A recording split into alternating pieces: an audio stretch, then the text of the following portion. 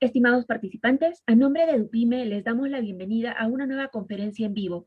Antes de iniciar, es necesario recordarles que sus micrófonos estarán inhabilitados a efecto de evitar cualquier interferencia ambiental durante la conferencia. Asimismo, las preguntas las podrán ir formulando a través del chat de Zoom o de nuestra página de fanpage y serán absueltas al final de la misma. El tema a desarrollar el día de hoy será sobre qué alimentos debo comer y no comer si tengo COVID-19. Esta ponencia estará a cargo del magíster Edgardo Palma Gutiérrez, quien es licenciado en nutrición, maestro en diabetes y obesidad, especialista en nutrición oncológica, coordinador académico de la segunda especialidad en nutrición clínica con mención en nutrición oncológica de la Universidad Norbert Wiener. Es docente universitario, ponente internacional en temas de diabetes, cáncer y nutrición, a quien tenemos el gusto de presentar y dar la bienvenida. Doctor Palma, muy buenos días y bienvenido. Gracias a ustedes por la gentil invitación y es un placer poder dirigirme a todos en esta mañana. Y bueno, el COVID sin duda es un tema muy relevante en estos días. Creo que todo el país y el mundo entero está pendiente de lo que se avanza en torno a esta enfermedad. Y hoy nos va a tocar hablar sobre alimentos, sobre nutrición. Debo adelantar de que es una enfermedad que, como todos saben, relativamente nueva, entonces hay cosas que se vienen investigando, hay contextos que todavía faltan esclarecer, pero algo se ha avanzado, algo se conoce, sí, y algo también probablemente tengamos que esperar unas próximas semanas, meses, para esta evidencia científica. En ese caso vamos a mencionarlo cuando toque diferentes temas y para que tengamos claro, pues, qué es lo que tenemos la mejor evidencia y qué debemos más bien esperar o aguardar o tal vez actuar con cautela. Reitero mi agradecimiento al equipo que forma parte de Edupime. Y bueno, comencemos. Como todos sabemos, el COVID es una enfermedad infecciosa, respiratoria, que tiene un curso aparentemente conocido, pero que sin duda no se cumple en todas las personas. Sabemos que hay un periodo de incubación, sí, que es el tiempo entre el contagio y el surgimiento de síntomas y signos. Luego estas personas podrían atravesar síntomas leves, otros podrían empeorar, podrían generar una neumonía, o sea, hay una inflamación en la vía aérea, hay una disminución en la saturación de oxígeno como consecuencia de ello, lo cual podría progresar tristemente a una unidad de cuidados intensivos y en muchos casos la muerte. Pero hay otro grupo de personas que casi no desarrollan síntomas o si lo hacen, se recuperan. Incluso se pueden recuperar si es que han atravesado por una neumonía o incluso podrían salir de cuidados intensivos. La duración es relativa, quiero decir de que la incubación podría durar entre 3 días, 7 días, así como el periodo de recuperación podría ser a las 2 semanas, a las 3, a las 4 semanas. Eso va a depender de los pacientes.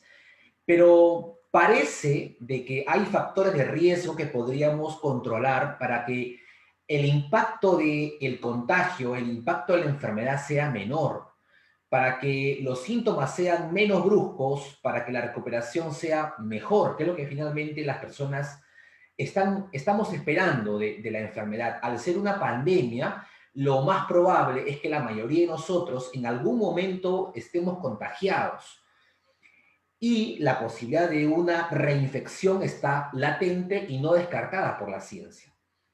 Sin duda, las medidas preventivas que conocemos, como es el lavado de manos, el distanciamiento social, el uso de protección, pues sigue siendo el pilar para evitar el impacto o el contagio. Pero desde la alimentación vamos hoy día a describir qué podemos hacer para mejorar una predisposición menos complicada a esta enfermedad y si acaso se podría recuperar de mejor forma a estas personas. Entonces, sabemos también de que hay personas que van a estar más vulnerables a contraer la enfermedad y hacer la forma más severa de la misma. ¿sí? Y es una enfermedad en la que el sistema inmunológico está íntimamente desarrollado, íntimamente vinculado, perdón, ¿correcto? Y en realidad la mayoría de enfermedades agudas o crónicas tienen un fuerte vínculo con la respuesta inmunológica. Hoy día vamos a conversar, espero, sobre los componentes de la dieta y cómo interactúan con esta respuesta inmunológica. ¿Sí? Hoy día vamos a hablar de linfocitos, vamos a hablar de neutrófilos, de NK, posiblemente anticuerpos, cosas que seguramente ustedes ya han estado muy familiarizados, ya que es lo que comúnmente escuchamos en diferentes medios de comunicación. O sea, hablar de anticuerpos hoy ya es común para muchas personas y no necesariamente para personas de salud. Hablar de linfocitos, hablar de vacunas, hablar de placebo son cosas que ya creo que la gran mayoría estamos muy familiarizados. Lo que vamos a tocar es cómo los elementos de la dieta, las sustancias químicas presentes en alimentos, se relacionan con la respuesta inmune. Hablo de grasas, hablo de proteínas, hablo de azúcares, de vitaminas, de minerales. No es cierto de que la respuesta inmune sea una y sea la misma siempre. Se ha dicho de los adultos mayores, se ha dicho de que ellos podrían hacer una forma más severa por comorbilidades también como sobrepeso, diabetes tipo 2, ok, pero no son todos los factores de riesgo que podríamos modificar si acaso pudiéramos tener control de algunos para tener un menor impacto de esta terrible enfermedad. Entonces vamos a hablar del sistema inmunológico y de alimentos, por supuesto. ¿Y qué alimentos son los que se vinculan con la respuesta inmune? Bueno, en realidad todos los alimentos y sus nutrientes podrían tener algún vínculo con la respuesta inmunológica. Probablemente por el tiempo en esta mañana no podamos hablar de todos, así que vamos a eh, detallar algunos que los hemos llamado nutrientes inmunoesenciales. ¿De acuerdo? Y esos nutrientes están presentes en alimentos de diferente tipo, alimentos de origen animal, así como alimentos de origen vegetal, y han sido presentados de diferentes formas. La clásica está en la pirámide alimenticia, que seguramente ustedes conocen. Esa pirámide alimenticia, que ya tiene varias décadas de haberse publicado y hecho famosa, ha sufrido algunos cambios, algunos ajustes, dada la relevancia de la situación, incluso previa a la pandemia. Y es que la actividad física también forma parte o es un eje importante en esto que se conoce como estilos de vida saludable. La alimentación por sí sola no podría asegurar una buena calidad de vida. Sin duda, el ser humano es un animal superior que necesita movimiento, necesita generar actividad física. Y en otro momento, tal vez con más tiempo, podamos describir en profundidad el impacto de hacer o no hacer actividad física para enfermedades como el COVID u otras de este tipo. Entonces, si los nutrientes inmunoesenciales se encuentran en los alimentos de diferente tipo, eh, cabería la pregunta de cómo nos estamos alimentando actualmente, ¿no? Habría que hacer una reflexión acerca de esta situación. Y si vemos una alimentación cotidiana, hoy en día, en muchos hogares, se trata de una alimentación francamente insalubre. ¿Por qué insalubre? Porque lo que predomina son carbohidratos o azúcares refinados, lo que predomina son prácticas inadecuadas de cocción de la carne, así como una dieta alta en azúcares o almidones, que también pueden estar en bebidas, u otros alimentos ricos en grasas trans o grasas saturadas, de las cuales vamos a describir en esta mañana. Por un lado, un grupo de personas viene comiendo en exceso alimentos de este tipo y por otro lado hay un grupo de personas, un grupo numeroso de familias que tiene deficiencias de alimentos en general, deficiencias en el consumo de alimentos. Entonces, ¿cómo estará impactando en este otro grupo de personas esta pandemia? Si en las que comen en exceso podrían tener deficiencias porque no consumen lo que deberían, este otro grupo de familias de que simplemente no pueden comer no se alimentan de forma adecuada porque no tienen recursos, sin duda también son un grupo vulnerable. Tristemente, este problema no está siendo atendido en el Perú y en países similares. Realmente necesitaríamos una política pública que esté enfocada a personas que se alimentan al día una vez, dos veces, que comen lo que pueden, que no pueden acceder a una variedad amplia de alimentos y que están en riesgo de esta enfermedad. ¿Por qué es importante esto? Porque la única manera en que algún día podamos controlar la pandemia es que la mayor parte de la población esté protegida, y no solamente con vacunas, sino tenga un organismo que tenga las capacidades fisiológicas para poder responder mejor a esta enfermedad. Y ojo que la mayoría de científicos concuerdan en que no va a ser la última pandemia que atraviese el mundo. Bien, comencemos entonces en los alimentos que se deberían consumir en torno a este tema. Y vamos a comenzar hablando de la vitamina A. ¿Ok? La vitamina A es útil porque permite que los linfocitos T, que son un tipo de defensas en nuestro cuerpo, pueda proliferar de manera adecuada. ¿Por qué me interesa que proliferen?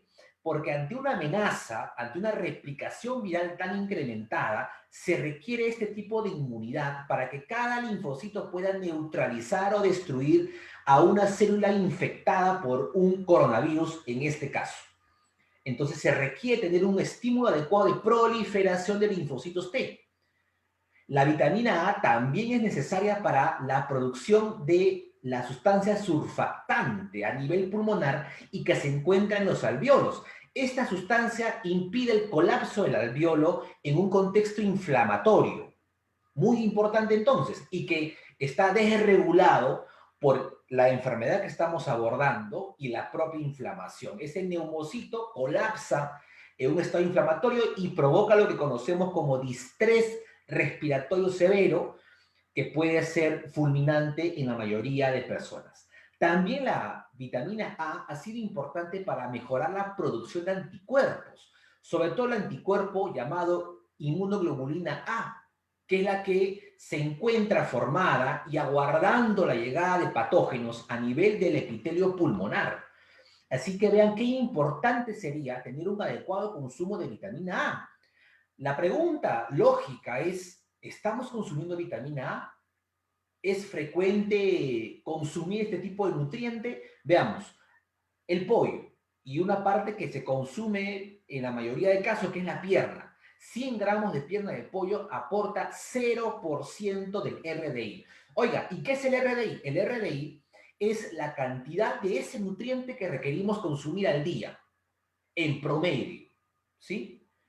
100 gramos de pierna de pollo aporta el 0%, o sea, nada de lo que podamos cubrir nuestros requerimientos.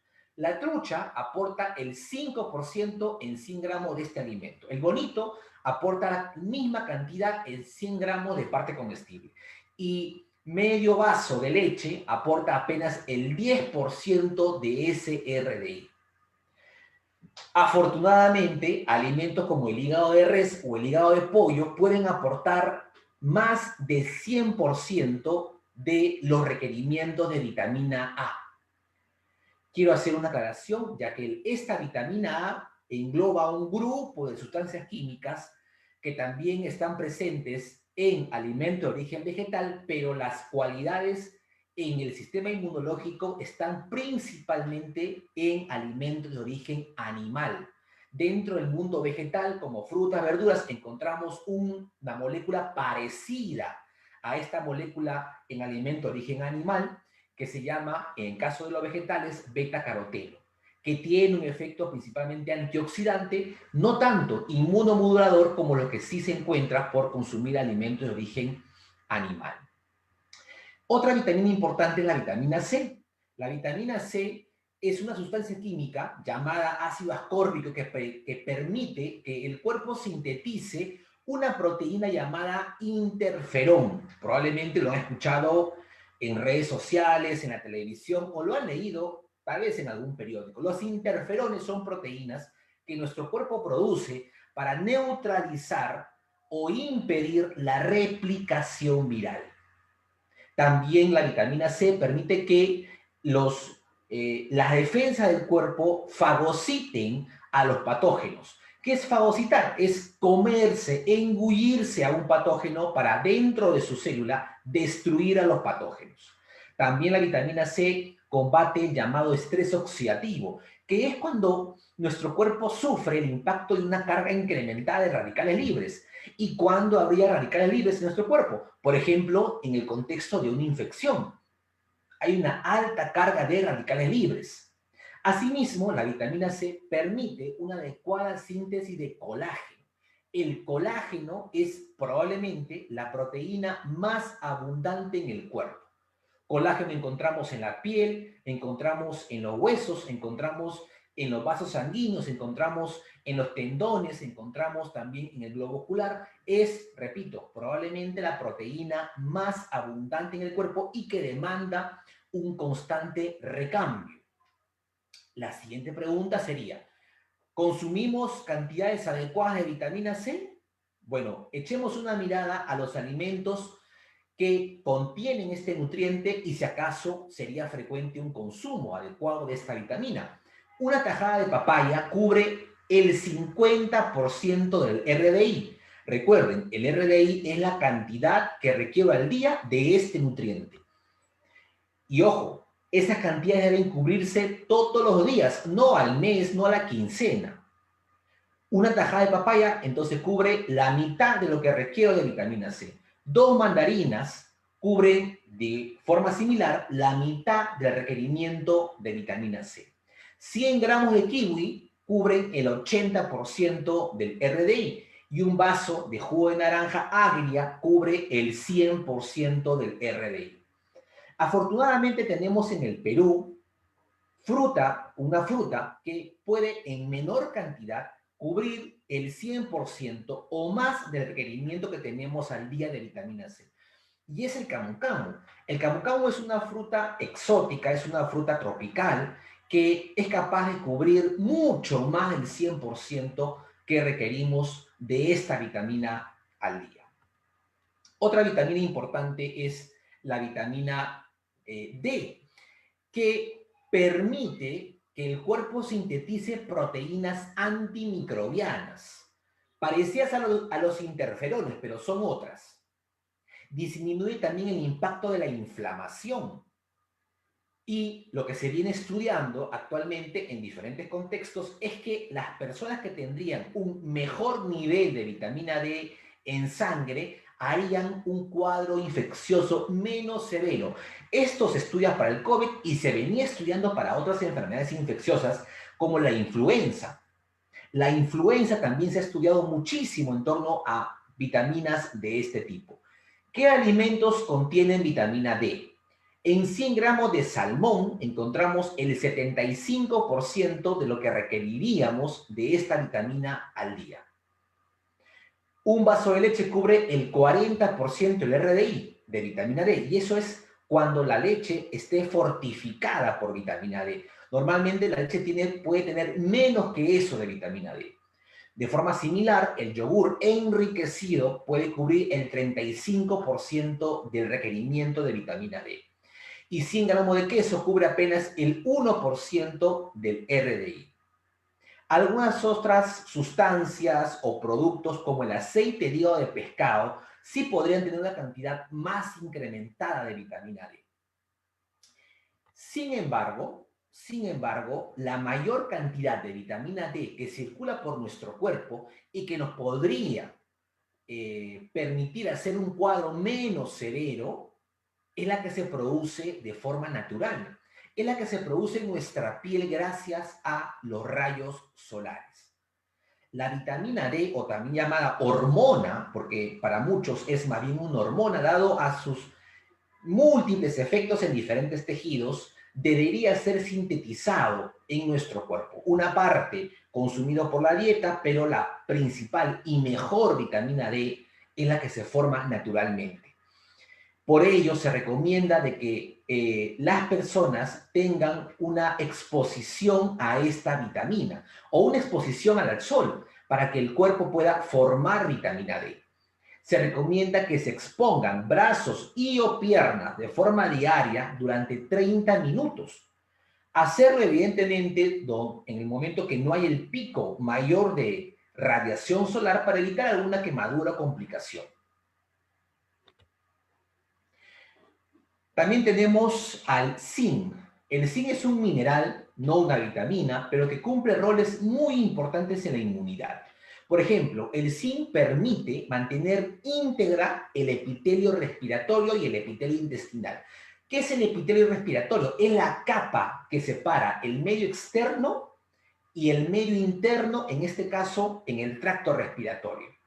Esta capa tiene que estar íntegra y está conformada por células que deben mantenerse unidas, estrechamente unidas. Si no están unidas, los patógenos pueden ingresar a la circulación o a nuestro medio interno. El zinc permite la síntesis de proteínas que mantienen unidas estas capas tanto en el epitelio respiratorio como en el epitelio intestinal. Esto se llama inmunidad innata o mucosa de barrera. También favorece la actividad antiviral, se viene estudiando su impacto en el COVID, todavía no está muy clara la dosis de zinc que se debería consumir para combatir esta enfermedad. Se sabe, sí, anteriormente que el zinc reduce la inflamación. Cabe resaltar de que la inflamación no es del todo mala. La inflamación es un proceso natural que tiene nuestro cuerpo para defendernos de patógenos o eventos que ponen en peligro nuestra vida. El problema no es la inflamación, el problema es la desregulación o el problema es la hiperinflamación que existe en enfermedades parecidas al COVID-19, al COVID y otras enfermedades parecidas. Entonces, el zinc formaría parte del grupo de sustancias químicas que se opone o regula hacia la baja la inflamación. También tiene un efecto antioxidante. ¿Qué alimentos son fuente de zinc? Veamos a su mano izquierda, 100 gramos de hígado de res cubre el 50% del requerimiento diario de zinc. 100 gramos de queso, de forma similar, cubre el 50%, similar al consumo de castañas o la pulpa de res. Todos ellos cubren el 50% de lo que el cuerpo requiere de este mineral. Algunas semillas, como el ajonjolí, son capaces de cubrir el 100% del requerimiento de este nutriente. Lamentablemente, algunas semillas también se absorben poco en cuanto a estos minerales. Así que la importancia aquí sería poder tener una alimentación que cuente tanto con alimentos de origen animal como alimentos de origen vegetal. Otro grupo de alimentos muy importante son las proteínas. Las proteínas son necesarias para generar también una adecuada respuesta inmunológica. Cuando ocurre este pico de inflamación, cuando el cuerpo está luchando contra infecciones, requiere producir mediadores, requiere producir proteínas que necesitan llevar la comunicación entre célula y célula. Además, también hay un desgaste de proteínas en nuestro cuerpo producto de ese cuadro de estrés. Entonces requerimos un adecuado aporte, un adecuado consumo para que no haya un déficit o la balanza se vaya hacia el lado negativo, hacia la pérdida, el deterioro de las cantidades que deben almacenarse en nuestro cuerpo. Y un grupo de alimentos que posee proteínas son los alimentos de origen animal. Por ejemplo, 100 gramos de pescado aporta entre 20 a 23 proteínas. 100 gramos de pollo puede aportar entre 18 a 20 gramos de proteína. 100 gramos de carne de cuy aporta 20 gramos aproximadamente. Un huevo entero aporta 6.5 gramos de proteínas. Una taza de leche aporta entre 17 y 18 gramos y 100 gramos de queso aporta entre 19 y 22 gramos de proteínas. En el otro grupo tenemos alimentos de origen vegetal y ellos también poseen proteínas.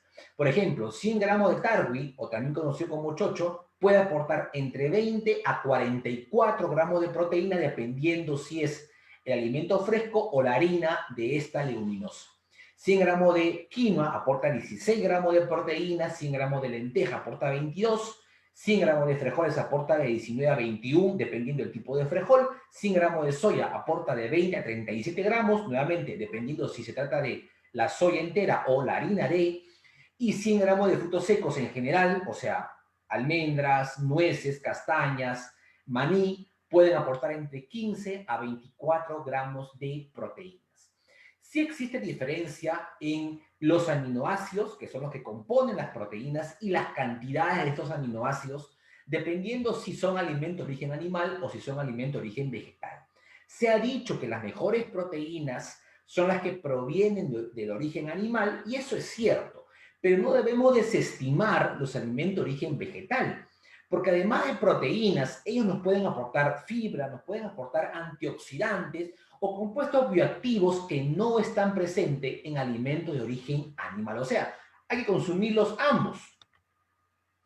A continuación, vamos a describir un poco sobre alimentos o situaciones que deberíamos de evitar en el contexto de esta pandemia.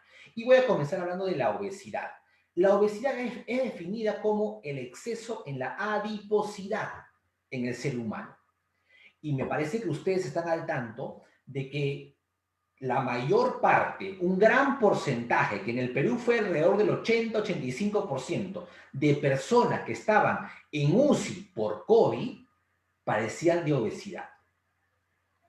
Ahora, ¿por qué? Entonces, la pregunta sería, ¿por qué las personas con obesidad harían un cuadro más severo? Y no solamente eso, también se ha descrito, se ha documentado, e incluso para otras infecciones, no solamente para COVID en el pasado, de que las personas con obesidad harían o tendrían mayor riesgo de contagiarse. O sea, sería un mayor riesgo de contagio y un mayor riesgo de hacer el cuadro severo por esta enfermedad. ¿Y a qué se debe aquello? Bien, recordemos que cuando una persona sube de peso, cuando una persona engorda, ¿no es cierto? Cuando crece su masa adiposa, lo que principalmente se incrementa es el llamado tejido adiposo. El tejido adiposo es la fracción de nuestro cuerpo que almacena la grasa que consumimos o que se forma en nuestro cuerpo. Si engordamos, no crece precisamente los órganos o el músculo, crece, ¿no es cierto?, la masa adiposa. Y en este crecimiento del tejido adiposo surge un cuadro inflamatorio. A mayor volumen del tejido adiposo, un mayor cuadro inflamatorio. No vamos a describir en detalle a qué se debe esto, pero sí quisiera transmitir en esta mañana de que la excesiva adiposidad condiciona un cuadro inflamatorio de base. Las personas con obesidad pueden tener de base un cuadro inflamatorio. Imagínense si ellas se enferman por una patología como el COVID-19. Sumarías cuadros inflamatorios, lo que traería un mayor riesgo de complicación por la enfermedad. ¿Ok? Por otro lado, también es sabido de que el cuadro de obesidad puede suprimir varias respuestas inmunológicas individuales. O sea, células inmunológicas como la NK podrían verse suprimidas en un contexto de obesidad. Podría haber, por tanto, una inflamación incrementada, así como una inmunosupresión en el contexto de la obesidad. También apuesto, ustedes han escuchado hablar de la llamada tormenta de citoquinas, ¿sí? Que se ha descrito como la situación que atraviesan muchos pacientes que hacen la forma severa del COVID. Y esto puede ir asociado a la obesidad o no a la obesidad. La mayor parte de pacientes que hacen este cuadro severo son personas que padecían previamente obesidad. Y lamentablemente es esta hiperinflamación o hipersecreción de marcadores inflamatorios, como son las citoquinas, las que son responsables, en la mayoría de casos, del fallecimiento de personas por esta patología, por esta enfermedad. Si una persona fallece por COVID, en realidad fallece por el impacto de la inflamación que generó la presencia del virus en su cuerpo. Entonces debemos cuidarnos de la obesidad, deberíamos trabajar la obesidad. Lamentablemente no hay, me parece, en ningún país, o discúlpenme si es que estoy obviando, aquí de repente hay alguien conectado que vive en otro país que no sea el Perú y su país sí ha implementado estrategias para controlar o fortalecer el cuadro preventivo promocional en el contexto de la obesidad, pero en nuestro país lamentablemente no se da ese enfoque. No hay el enfoque preventivo a largo plazo, porque una población donde predomina sobrepeso, obesidad, como lo es el Perú, es una población que va a estar susceptible a esta y otras enfermedades. Y por otro lado, sabemos ya que tenemos una población también que padece hambre, una población que sufre de delgadez o desnutrición en diferentes grupos etarios. La delgadez tampoco es buena, porque en la delgadez o la desnutrición también ocurre un deterioro de la respuesta inmune. Puede ocurrir una involución de órganos linfoides como el timo, como el vaso, una desorganización de la médula ósea. Entonces no se forman de manera adecuada, no maduran de forma adecuada las células del sistema inmunológico, por tanto, podría haber un cuadro de inmunosupresión. Ni uno ni lo otro, sino lo que el cuerpo requiere. Y en cuanto a nutrientes que podrían ser contraproducentes en el contexto del COVID, también vamos a explicar algunos de ellos. Y me gustaría referirme al principio de las grasas saturadas. Estas pueden incrementar la inflamación sistémica. Podrían ponerse a favor del cuadro que más bien el paciente requiere impedir. Lo que genera el virus en el cuerpo es una inflamación. En quienes estén susceptibles a una desregulación de la inflamación podrían hacer las formas más severas. Entonces, la dieta no debería incrementar aún más los cuadros inflamatorios y la dieta puede hacerlo. No es cierto que el paciente con COVID debe comer de todo, porque comiendo de todo podría incrementar su cuadro inflamatorio. Debe haber un control en la cantidad de grasas saturadas que se consumen en la dieta de estas personas. Además de eso, un cuadro o un consumo incrementado de esta grasa también podría elevar el colesterol sérico y podría incrementar también el riesgo cardiovascular que tienen las personas que ya estaban en riesgo de padecer esta enfermedad. ¿Cuáles son los alimentos ricos en este tipo de grasa? Principalmente la manteca animal y la manteca vegetal. La manteca vegetal, lamentablemente, es un alimento, porque es un alimento que se usa para preparar algunos otros productos ultraprocesados, como son productos de pastelería o panadería, como son también algunas golosinas, galletas, snacks. De base utilizan la manteca vegetal. Y la manteca vegetal es rica en ácido palmítico, el cual debería de evitarse en exceso en cuadros inflamatorios. La mantequilla también es fuente de este tipo de grasa y la margarina, bueno, tiene un mix entre saturada y grasas trans.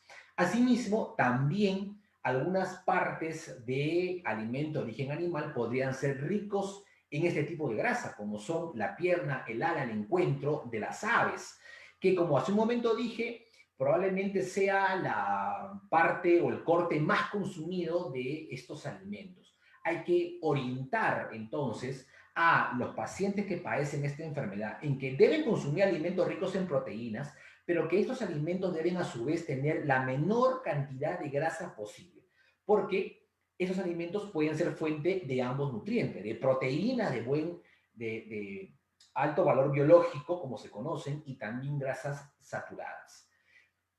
Y los embutidos o carnes procesadas que provienen de los alimentos cárnicos sí deberían ser desestimados de la dieta de pacientes que estén padeciendo o personas convalecientes por el COVID-19. Hace un momento mencioné grasas trans. Efectivamente, las grasas trans también podrían ser un peligro para las personas que atraviesan esta patología, ya que incrementa la inflamación sistémica y podría reducir el proceso de autofagia. ¿Qué es la autofagia? Es un proceso fisiológico celular que involucra el recambio de organelas, de membrana celular, de tejidos, para que existan nuevas estructuras. Es el recambio normal que debe atravesar nuestro cuerpo, sobre todo luego de un cuadro de injuria o de estrés. Y lo digo porque lamentablemente en pandemia, en cuarentena, en aislamiento social, también atravesamos un proceso psicológico que induce paradójicamente a muchas personas a consumir alimentos que no deberían, alimentos ricos en azúcar, ricos en este tipo de grasas. Entonces, tenemos que meditar un poco en esto y hacer lo posible porque nuestros pacientes o los familiares, los allegados, nuestro entorno mejore su consumo, ya que este problema todavía no pinta para mejorar lamentablemente. Entonces, estos alimentos o productos que hemos descrito, pues en su mayoría podrían tener una alerta que nos orienten que desestimemos su consumo. Y esta alerta en el Perú está plasmado en los octógonos. Los octógonos son avisos que deben tener alimentos ultraprocesados y que nos alertan o alertan al consumidor si el alimento es rico en sal, en este tipo de grasas saturadas o trans, así como alto en azúcar. Debemos de evitar, sobre todo los pacientes o convalecientes por COVID, evitar el consumo de estos productos, ¿correcto?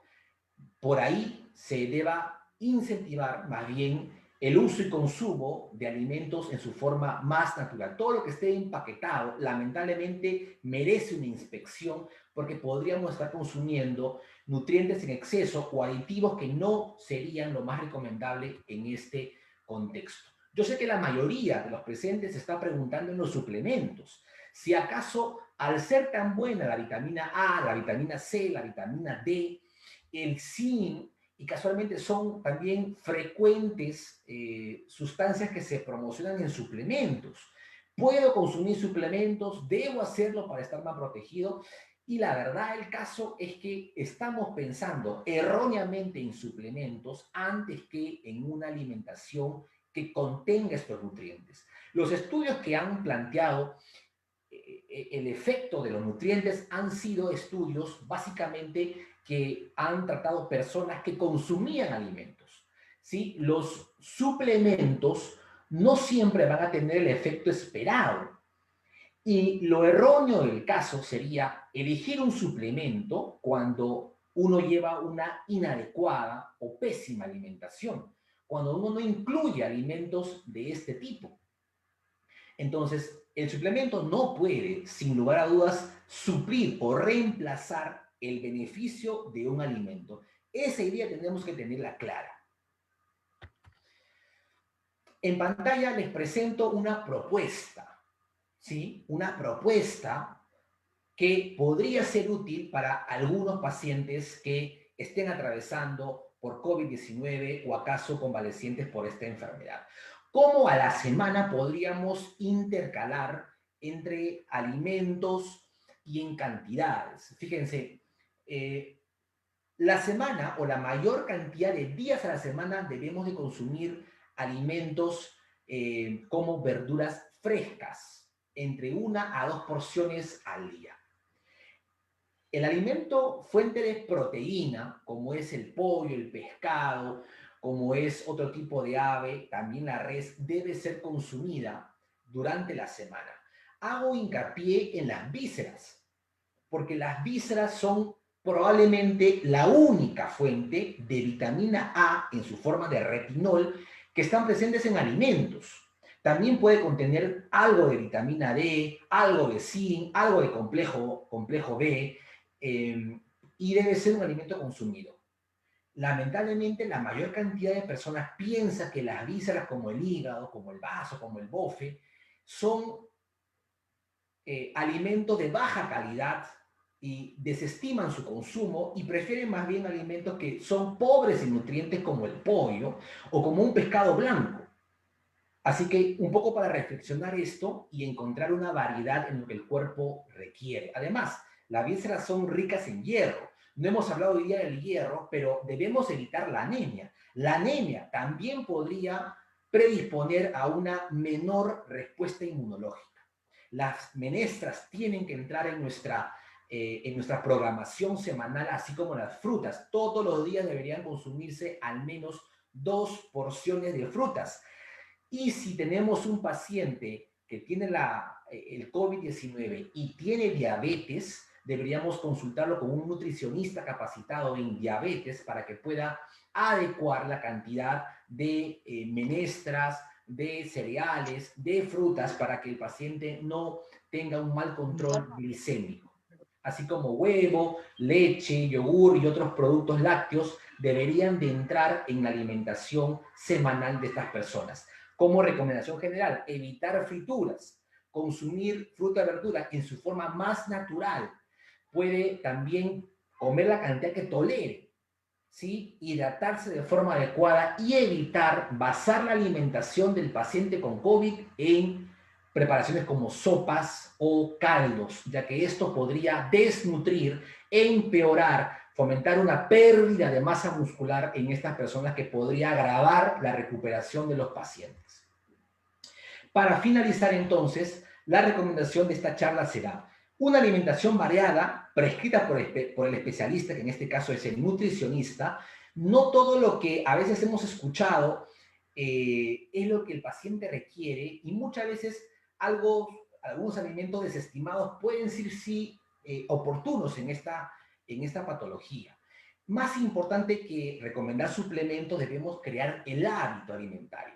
¿Y por qué es importante el hábito? Porque uno toma suplementos por días, por semanas. No, nadie toma suplementos por meses, por años. Eso no sucede. Entonces, lo que sí podemos mantener es el hábito. El hábito ya formado es algo que uno hace en el común de los días, con y sin pandemia. Así que si mejoramos nuestro hábito, podemos no solamente mejorar nuestra salud, también la de nuestras familias, que probablemente sean las más vulnerables. Y en el caso de suplementos, hacerlo siempre con indicación del especialista en alimentación. Si va a recibir suplementación, debería de evaluarse por qué va a hacerlo y en todo caso recomendar una dosis y frecuencia adecuada. Eso es un consumo racional en el contexto de esta pandemia. Muy bien, eso ha sido todo por esta mañana. Agradezco su atención y queda atento a alguna pregunta que ustedes tuvieron. Gracias. Claro que sí, doctor Edgardo, muy buena ponencia. Muchas gracias por todos los aportes y el conocimiento brindado. Tenemos varias preguntas que nos han ido formulando. La primera de ellas es respecto de la leche y nos dicen, en el consumo de la leche, ¿cuál es la más recomendada? ¿La leche evaporada, la leche light? ¿Hay diferencia entre ellas o cuál es la mejor? Leche evaporada, baja en grasa. Leche evaporada, baja en grasa. Por ahora, leche evaporada, baja en grasa. Perfecto, muchísimas gracias. Una segunda pregunta, nos dicen, ¿el colesterol y triglicéridos altos nos colocan en riesgo alto para el virus? ¿Qué alimentos consumir para evitar el incremento de de estas dos fuentes que podrían causarnos problemas Sí, con el COVID? para combatir la hipertrigliceridemia, o sea, triglicéridos elevados, hay que evitar el consumo incrementado y frecuente de azúcares. Los triglicéridos suben principalmente por un incremento en el consumo de azúcares o almidones. O sea, eso primero hay que tenerlo controlado, ¿no? Un consumo incrementado de azúcares en diferentes formas. Luego de eso, para mejorar también su nivel, podríamos consumir pescado, el cual tiene omega 3 del tipo EPA-DHA, los cuales reducen la hipertrigliceridemia. También se podría consumir fibra en una cantidad promedio de 35 o al menos 30 gramos de fibra por día. Y esas serían las principales formas de mejorar los triglicéridos en sangre. Por parte del colesterol, es importante limitar la cantidad de grasas saturadas que se consumen en la dieta y podríamos limitar los alimentos que hemos presentado en esta charla. Doctor, muchísimas gracias. Una nueva pregunta nos dicen, para una persona con obesidad, ¿cuántas veces se debe consumir hígado o vísceras a la semana? Bueno, con obesidad o sin obesidad se puede consumir hígado. El hígado no sube de peso. Lo que subiría de peso es el exceso de calorías, el exceso de grasas, es la poca actividad física, el sedentarismo crónico, eso es lo que sube de peso. Y probablemente eso sea común en muchas personas pensar de que las vísceras son malas porque suben de peso. No, más peso sube el exceso de arroz, el exceso de tubérculos, de cereales que se consumen todos los días. Eso es lo que sube de peso. El hígado no sube de peso, en sí mismo no sube de peso. Se puede consumir, claro, hay que evitar freírlo y en general se debe consumir 2 veces vísceras a la semana. Muchas gracias, doctor. Una nueva pregunta nos dicen, en relación a los jugos, ¿es recomendable que se tomen con azúcar, sin azúcar? ¿Qué es lo más recomendable? Lo más recomendable es que la fruta se mastique, es masticar la fruta. Lo más recomendable en cuanto a frutas no es hacerlo jugo, tampoco extracto. Lo más adecuado es hacerlo, picarlo y masticarlo, tragarlo. Eso es lo más adecuado. Ahora, si usted va a hacer jugo, no le agrega azúcar. No le agrega azúcar. Si no tolera el jugo sin azúcar, entonces pues elija otra fruta más dulce o que sea más apetecible. Esa sería mi recomendación. Muchas gracias, doctor. Una nueva pregunta nos dice, un personal con parálisis facial, ¿qué alimentos debe consumir?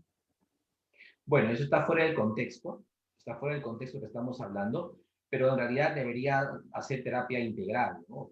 No solamente alimentos que mejoren ese cuadro, sino también terapia, medicación seguramente. En cuanto a alimentos, lo que podría contribuir es un consumo adecuado de fuentes de vitamina B12, complejo B principalmente, ácido fólico. Eso podría, junto con la terapia complementaria, ayudar a estas personas. Muchas gracias, doctor. Una nueva pregunta nos dicen, en cuanto a la frecuencia del consumo de huevo, ¿cuál es la forma correcta de consumirlo y con qué frecuencia? Bueno, se puede consumir un huevo entero al día y hacerlo todos los días. Puede consumir un huevo al día entero, sancochado, ¿sí? Y hacerlo todos los días, no hay problema. Si usted quiere consumir más huevos, la sugerencia es que ya el segundo huevo no tenga yema.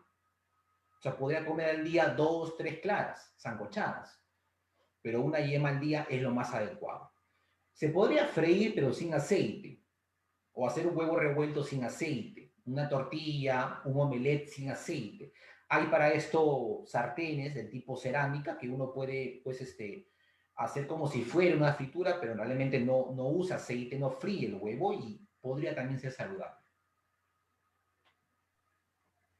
Muchas gracias, doctor. Una nueva pregunta nos dicen, a consecuencia de la recomendación del huevo, ¿lo mismo aplica para las personas que tienen diabetes o colesterol alto? Sí, lo que acabo de decir aplica también para esas personas. Ok, doctor. Nos preguntan, ¿qué frutas no se debe consumir cuando uno tiene indicios de COVID? Que no se debe consumir, no tengo ninguna en mente. Mucho menos hay publicado eso.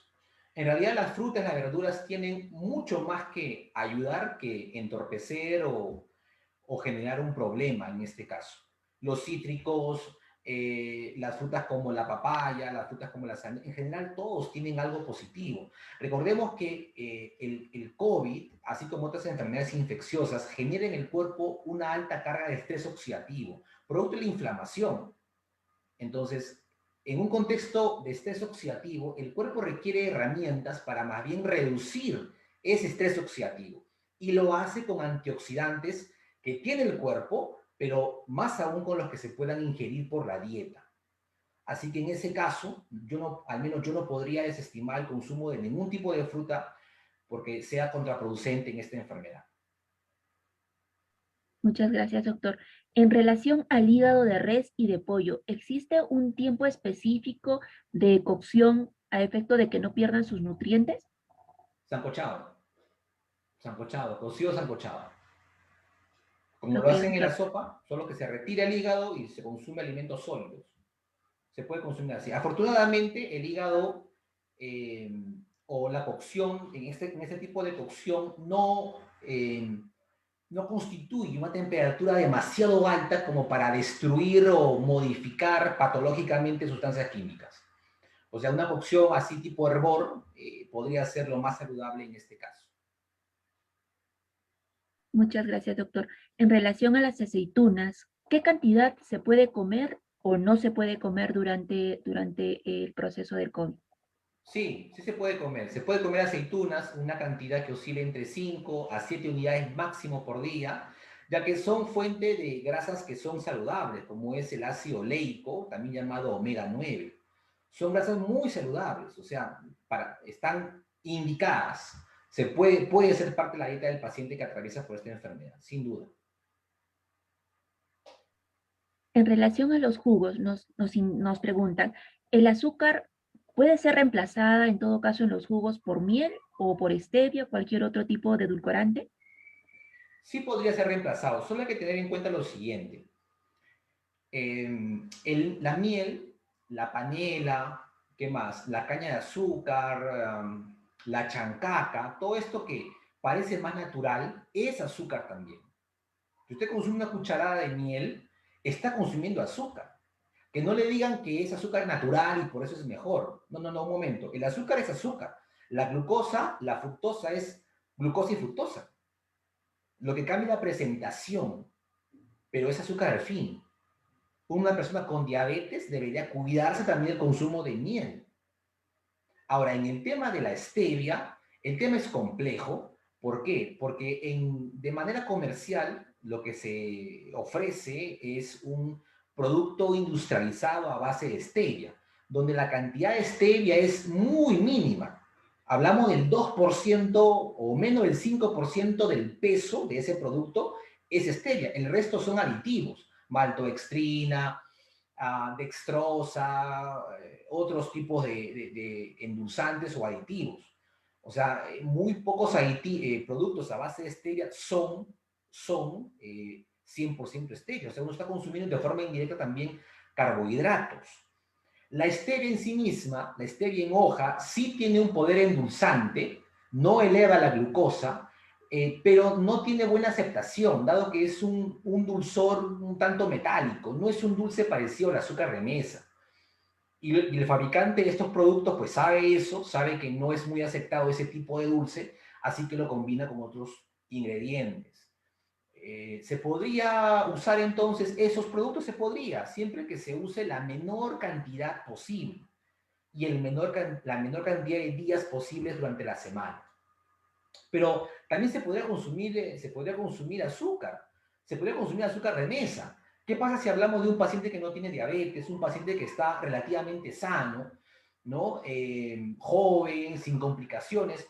No le pasa nada si consume una cucharadita de azúcar en el desayuno, una cucharadita de azúcar en el almuerzo, tal vez en el refresco, otra cucharadita de azúcar en la cena. No pasa nada. No pasa nada porque entra dentro del requerimiento energético glucídico que tienen los seres humanos. El problema no está en el alimento, sino en el exceso, en este caso para el azúcar y sus sucedáneos. Muchas gracias, doctor. Tenemos una pregunta nueva y nos dice, ¿cómo se puede consumir el colágeno? ¿Cómo se puede consumir el colágeno? Bueno, en principio nuestro cuerpo forma colágeno, ¿sí? Nuestro cuerpo forma colágeno. Hay un debate, ¿sí? Entre los beneficios del suplemento del colágeno o simplemente el placebo que eso sería. La discusión en esta discusión está ganando el placebo, a pesar de que la industria del colágeno es muy amplia.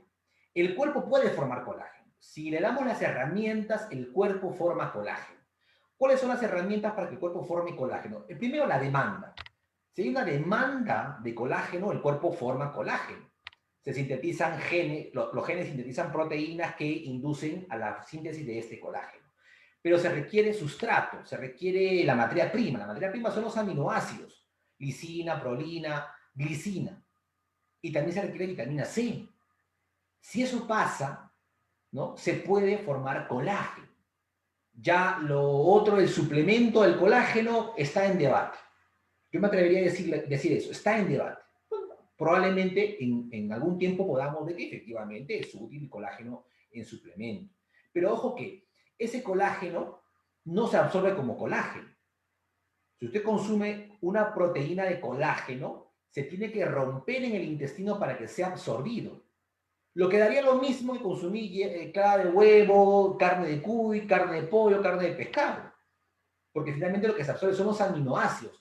Y los aminoácidos que forman el colágeno están presentes en otros alimentos de origen animal.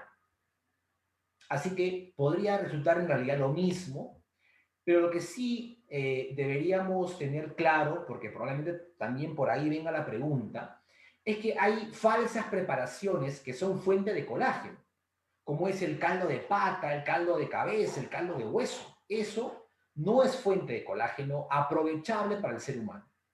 Si bien las patitas, el hueso tienen colágeno, el colágeno es una proteína que se desnaturaliza en la cocción o a temperaturas elevadas, como es la que existe en una cocción de este tipo, que supera los 80, 100 grados.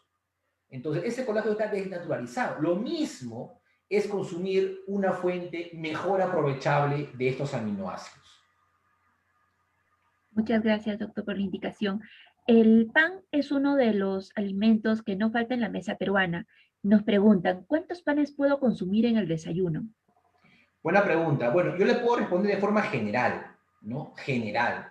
Pero si esa persona tiene alguna patología, tiene algún evento de cuidado, debería acercarse a un nutricionista para que le recete una dieta y le indique según su requerimiento cuántos panes podría consumir. Porque no hay un requerimiento de pan. No existe un requerimiento de pan, un requerimiento de aceituna, un requerimiento de mandarina. Lo que existe es un requerimiento de nutrientes y el nutricionista, según el conocimiento de cuánto requiere esta persona por la evaluación que le hace, recomienda cantidad de pan, cantidad de arroz, cantidad de plátano, etcétera. ¿Ok? Entonces, una persona promedio que no hace mucha actividad física debería consumir un pan en el desayuno. Ya si hace más trabajo, ya si es más alta, ya si es más joven, puede requerir más. No es la misma cantidad para todos. Mi respuesta es genérica en este momento. Muchas gracias, doctor. Una nueva pregunta nos dicen, ¿es recomendable no comer nada en la cena y preferible consumir frutas?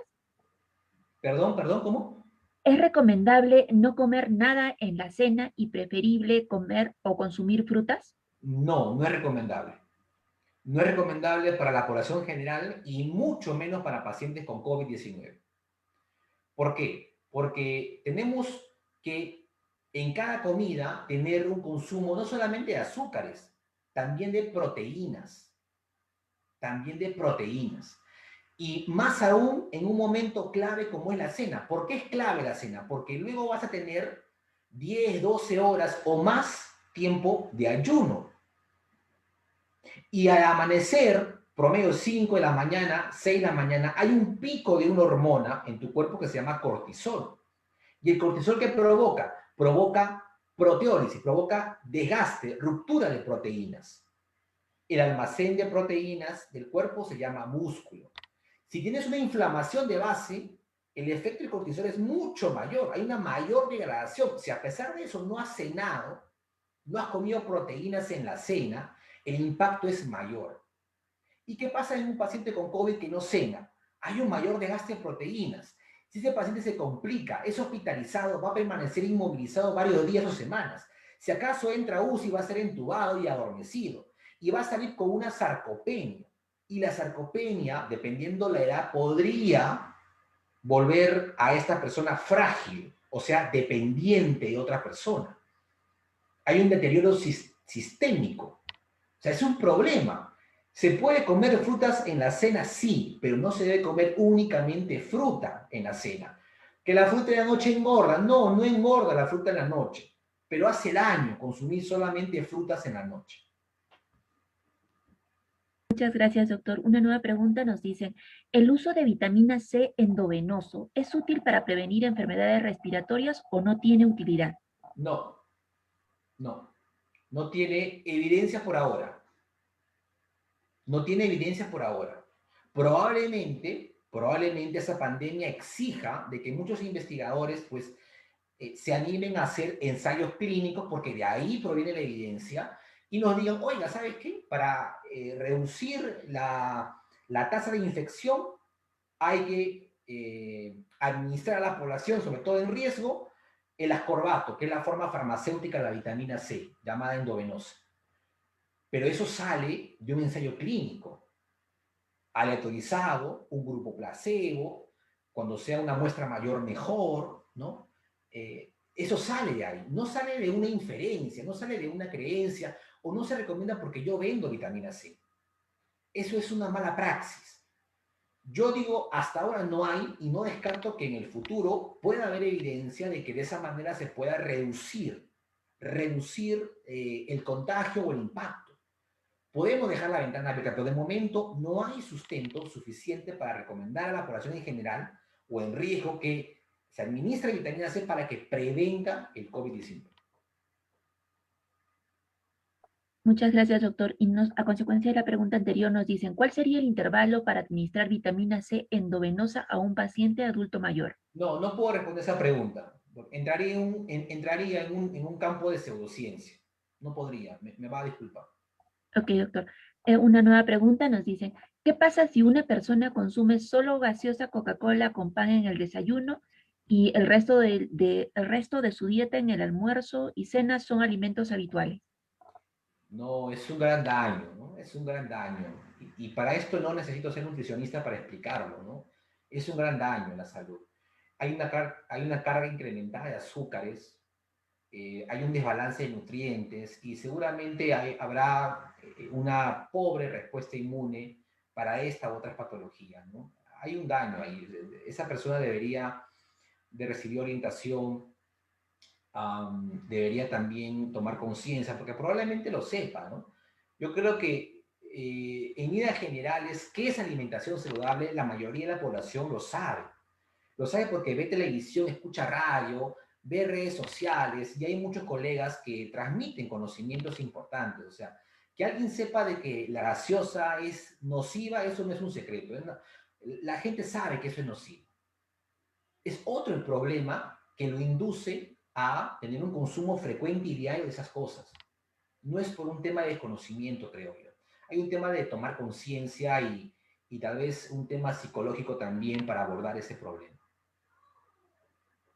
Muchas gracias, doctor. Tenemos una pregunta acerca de la palta y nos dicen, frecuentemente se dice que la palta es un elemento que ayuda a controlar el colesterol malo. ¿Qué tan bueno es consumir todos los días palta?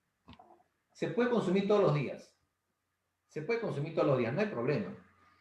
No hay problema, pero recuerden que eh, había un viejo adagio, no me acuerdo quién lo dijo ya hace mucho tiempo, que decía, la diferencia entre el veneno y la cura es la dosis.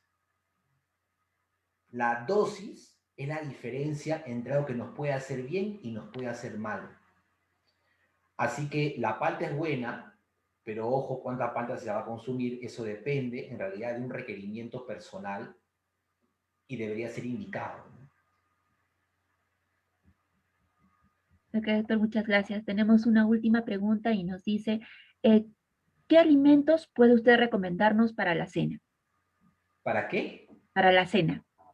Para la cena, bueno, dependiendo también la persona, ¿no? Si tiene alguna patología, alguna enfermedad. Pero en general yo recomiendo lo siguiente, hay que cenar lo mismo que se almuerza. Se debe cenar lo mismo que se almuerza. El problema está en que se quiere cenar muy tarde y que después de cena se quiere acostarse de forma inmediata o casi inmediata. Esos son los principales problemas. Se debería cenar lo que se almuerza.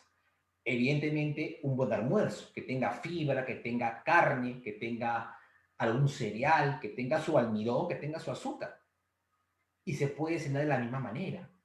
Sobre todo pacientes que tengan una enfermedad crónica o que tengan un problema inmunológico. Debería cenar como se almuerza, teniendo en cuenta hacerlo temprano y no acostarse, sino hasta después de hora y media, 2 horas de haber cenado. ¿Sí? Yo sé que también mucha gente manifiesta de que no tiene hambre en la noche. Y es porque la mayoría de ellas come durante la tarde o toma lonche. A las 5 o 6 compra su pan, abre su café o toma su cebada y se prepara algo. Y claro, pues, así quién va a tener hambre a las 8 o 9 de la noche. Nadie, pues, nadie. Entonces, si usted llega con poca hambre a la noche, no coma nada durante la tarde. Y yo le apuesto que va a tener hambre, yo le apuesto que va a tener hambre como a las 7, 6 de la tarde y es una buena hora para cenar. Otros casos ya meritarían un abordaje más minucioso y una indicación personalizada. Muchas gracias, doctor. Queremos agradecer su participación como docente en la conferencia desarrollada por EduPyme y sobre todo por compartir estos valiosos conocimientos con las diferentes personas que se han conectado a través de Zoom y a través de Facebook. y que a través de su participación bastante activa, sus comentarios y preguntas han podido enriquecer esta clase. Muchas gracias nuevamente a usted, doctor. Lo dejo para que usted nos dé sus últimas palabras respecto a la conferencia de hoy y también las recomendaciones para todas las personas que estén atravesando por un momento difícil como lo es el COVID y tengan parientes o sean ellos mismos los que tienen este virus en este momento. Sí, bueno, eh, brevemente decirles de que como pacientes de COVID, busquen asesorarse por un nutricionista.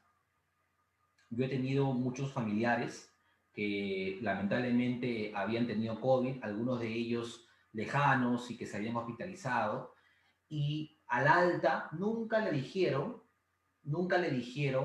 qué debía comer ya en casa, nunca le dieron una dieta de alta, nunca recibieron asesoría, ¿sí? De lo que deberían seguir en cuanto a su alimentación estando en casa. La alimentación incide directamente en la recuperación de la mayoría de patologías. Así que creer de que el COVID es ajeno a la dieta, a nuestro estilo de vida, es una idea errónea que nos puede hacer daño. Busquen asesorarse.